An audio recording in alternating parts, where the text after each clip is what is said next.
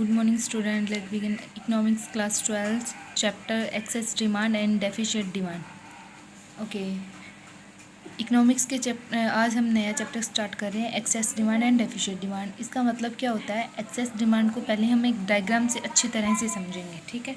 Access वैसे तो नाम से पता लग रहा है, एक्सेस डिमांड का मतलब होता है जब डिमांड ग्रेटर हो रही हो, ज़्यादा हो रही हो, ठीक है। तो ये क्या है?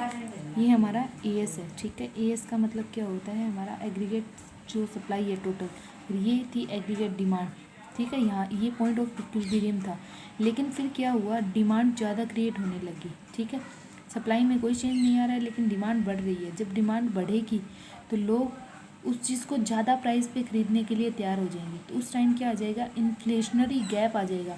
मतलब एक्सेस डिमांड के कारण क्या हो जाएगा? इन्फ्लेशनरी गैप बन जाएगा, ठीक है। तो यहाँ हमारा ई और ये एफ पॉइंट था, इतना जो है ये क्या है? इन्फ्लेशनरी गैप, यहाँ हम इसको एक्सेस डिमांड बोल सकते हैं, ठीक है। यहाँ हमने एक्स एक्सिस पे इनकम, आउटपुट और एम्प्लॉयमेंट लिया है, क्योंकि ये तीनों चीज़ें बिल्कुल एक होती हैं, इनकम, आउटपुट एंड एम्प्लॉयमेंट। लेकिन वाई एक्सिस पे हमने एडी लिया, ठीक है। ओके, ये था एक्सेस डिमांड। अब बात आती है कि रीज़न क्या है एक्सेस डिमांड होने के। तो पहला है, मतलब लोग डिमांड ज़्यादा क्रिएट क्यों करें, लोग ज़्यादा डिमांड क्यों करेंगे? तो इसका फर्स्ट रीज़न है कि rise in the propensity to consume. लोगों की जो प्रोपेंसिटी है वो बढ़ चुकी है, मतलब वो चीज़ें ज़्यादा खरीदने के इच्छुक हैं। नेक्स्ट है रिडक्शन इन टैक्स, टैक्स में कमी हो गई है और लोग उसकी तरफ अट्रैक्ट होने लगे हैं, वो चीज़ें ज़्यादा खरीदने लगे हैं, ठीक है। नेक्स्ट है राइज इन गवर्नमेंट एक्सपेंडिचर, सरकार ने अपना खर्चा बढ़ा दिया है, तो लोग क्या करेंगे? जब सरकार लोगों के प्रति अपना खर्चा बढ़ा रही है तो लोगों के पास पैसा ज़्यादा बच जाएगा, और जब लोगों के पास जब पैसा ज़्यादा बचेगा तो वो ज़्यादा डिमांड क्रिएट करेंगे। नेक्स्ट है इंक्रीज इन इन्वेस्टमेंट, जब इन्वेस्टमेंट इंक्रीज हो जाती है तो उससे डिमांड भी क्या हो जाएगी? बढ़ जाएगी, क्योंकि इन्वेस्टमेंट इंक्रीज होने से इनकम इंक्रीज होगी, और इनकम इंक्रीज होने से डिमांड भी इंक्रीज होगी, ठीक है। नेक्स्ट है फॉल इन इम्पोर्ट्स, जब इम्पोर्ट्स कम हो जाएंगे तो पैसा हमारे पास ही रह जाएगा और हम ज़्यादा से ज़्यादा क्या करेंगे? डिमांड करेंगे। और राइज इन एक्सपोर्ट, अगर एक्सपोर्ट बढ़ जाएगा तो इसका मतलब क्या है? हम एक्सपोर्ट बढ़ा रहे हैं तो बाहर का पैसा हमारे यहाँ पे आएगा।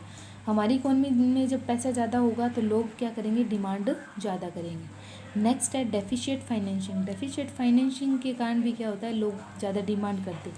इसमें क्या होता है? सरकार नए नोट छापती है और घाटे की वित्त व्यवस्था अपनाती है, ठीक है। तो उससे लोगों के पास ज़्यादा पैसा आता है, जो मनी सप्लाई है वो बढ़ जाती है, और इसलिए लोग ज़्यादा एक्सेस डिमांड करने लगते हैं। तो ये रीज़न होते हैं एक्सेस डिमांड के। नेक्स्ट हम करते हैं impact of excess demand. Excess demand के इम्पैक्ट क्या होंगे? तो पहला है आउटपुट पे इफ़ेक्ट देखते हैं। तो आउटपुट पे इसका कोई इफेक्ट नहीं होगा, क्योंकि ये जो आउटपुट था ना, ये मैक्सिमम आउटपुट था, ठीक है। इससे ज़्यादा आउटपुट नहीं बढ़ाया जा सकता। हम अपने जितने भी रिसोर्सेज थे उनका फुल यूटिलाइजेशन कर रहे थे। नेक्स्ट है इफ़ेक्ट ऑन एम्प्लॉयमेंट, एम्प्लॉयमेंट पे इसका इफ़ेक्ट क्या होगा? जो एम्प्लॉयमेंट है उस पर भी कोई इफ़ेक्ट नहीं होगा, क्योंकि जितने लोगों को ज़रूरत थी हम काम दे चुकी हैं, जितने काम करना चाहते थे सारे कर रही हैं। अब और कहाँ से? पर्सन तो नहीं बना सकते ना, ठीक है। अब आउटपुट भी नहीं बना सकते, क्योंकि एक टाइम के बाद में जो रिसोर्सेज है वो ख़त्म हो जाते हैं, ठीक है। नेक्स्ट बात आती है effect of general price level पे क्या इफ़ेक्ट होगा? तो इसका जनरल प्राइस जो लेवल होगा वो बढ़ जाएगा, ठीक है। अगर डिमांड ज़्यादा होगी, सप्लाई बढ़ नहीं रही, डिमांड ज़्यादा होगी, तो उसका प्राइस राइज हो जाएगा। और इसमें क्या आ जाता है? एक इसका इम्पैक्ट ये भी है कि इसमें इन्फ्लेशनरी गैप आ जाता है एक्सेस डिमांड के कारण, ठीक है। Okay, thank you.